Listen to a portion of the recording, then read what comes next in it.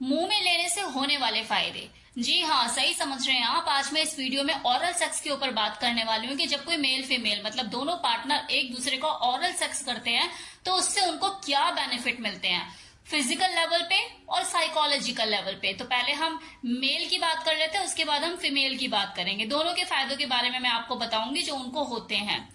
Oral sex का मतलब ही होता है जीभ से, टंग से चीजों को करना, मुंह में लेकर पीनस को अंदर बाहर करना, उसे स्टिमुलेट करना।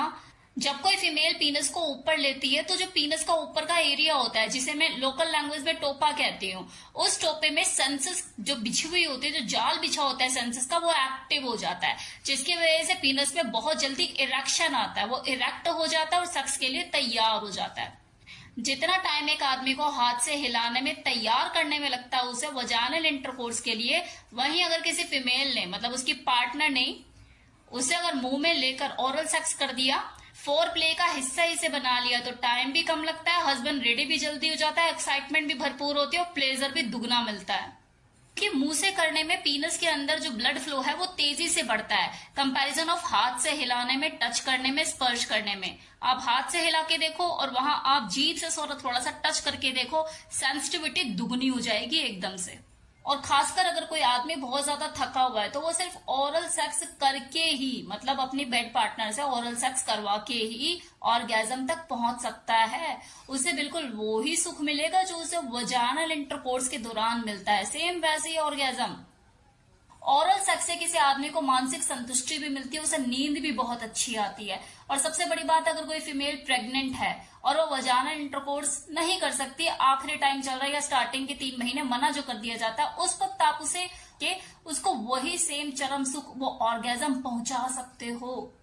ये वैसे बहुत ज्यादा बेनिफिशियल साबित हो सकता है उस दौरान भी, उस टाइम पर भी, प्रेगनेंसी के टाइम पे भी आपके रिलेशन में वो इंटीमेसी, वो बॉन्ड पक्का मजबूत करने के लिए, या आपके बीच में आपके रिलेशनशिप को और मजबूत करता है।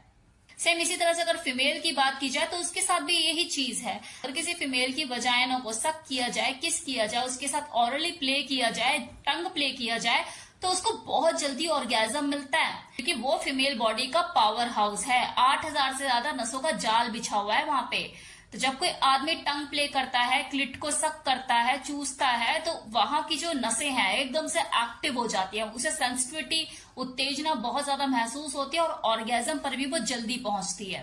स्टडीज कहती है कि 86% फीमेल सिर्फ और सिर्फ ओरल सेक्स करके ही ऑर्गेजम तक पहुंचती है। उसे नींद बहुत अच्छी आती है अगर उसे ओरल सेक्स किया जाए। उसकी एंजाइटी और डिप्रेशन को कम करने का काम करता है ये ओरल सेक्स। ओरल सेक्स के अपने इतने बेनिफिट होने के बावजूद भी लोग है कि उन्हें इस चीज को लेके कुछ एक भ्रम है। जैसे लोगों का ये मानना है कि हमारे करने के मतलब की चीज नहीं है, ये तो आज का जो नौजवान है, जो आजकल की यंग जनरेशन है, उनके करने के मतलब की चीज है।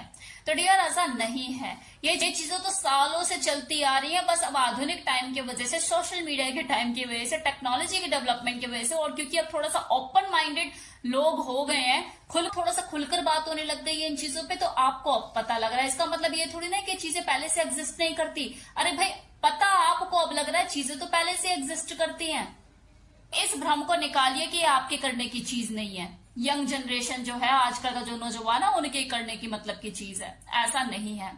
अब दूसरा मिथ जो लोगों को होता है कि यार ये हाइजीनिक नहीं है, तो हाइजीनिक तो देखो नॉर्मल सेक्स भी नहीं है। दो जिस्म का मिलना वो हाइजीनिक है ही नहीं। सेक्स को हाइजीनिक बनाना पड़ता है। आपको क्या लगता है, आप जो वजाइनल इंटरकोर्स करते हो, जो नॉर्मल रूटीन सेक्स करते हो, वो हाइजीनिक है? इन्फेक्शन के चांसेस तो उसमें भी बने रहते हैं, सेक्सुअल ट्रांसमिटेड डिजीज के चांसेस तो उसमें भी बने रहते हैं। होता नहीं यूरिन इन्फेक्शन, आए दिन जो लेडीज है डॉक्टर के पास जाके बैठी रहती हैं, फिर डॉक्टर जो है मना कर देती है उस लेडी को कि 15 दिन तक तुम्हें इंटरकोर्स नहीं करना। क्यों होता है? आपने तो कोई ओरल सेक्स नहीं करा, वजाइनल इंटरकोर्स ही किया था ना, नॉर्मल सेक्स, फिर भी इन्फेक्शन हो गया। तो जिस्म का मिलना एक दूसरे से वो हाइजीनिक है ही नहीं। हाइजीनिक बनाना पड़ता है सेक्स को, अपने आप को साफ सुथरा रख के। और वही चीज ओरल सेक्स में भी है। आपको जब पता है आप मुंह लगाने वाले हो, और वो भी उस जगह पे, आपको जब पता है आज आप मुंह लगाने वाले हो और मुंह से चीजों को करने वाले हो, जीभ, टंग प्ले, ये सब चीजें करोगे, तो साफ सफाई उस वक्त कुछ ज्यादा कर लो ना, 15 मिनट ज्यादा लगा दो वहां पर। अच्छे से नहा वहा के क्लीन करके साफ सुथरे बन के फिर उतरो बेड पे। डेंटल डैम का भी यूज कर सकते हो आप, क्योंकि आप ओरल करने जा रहे हो।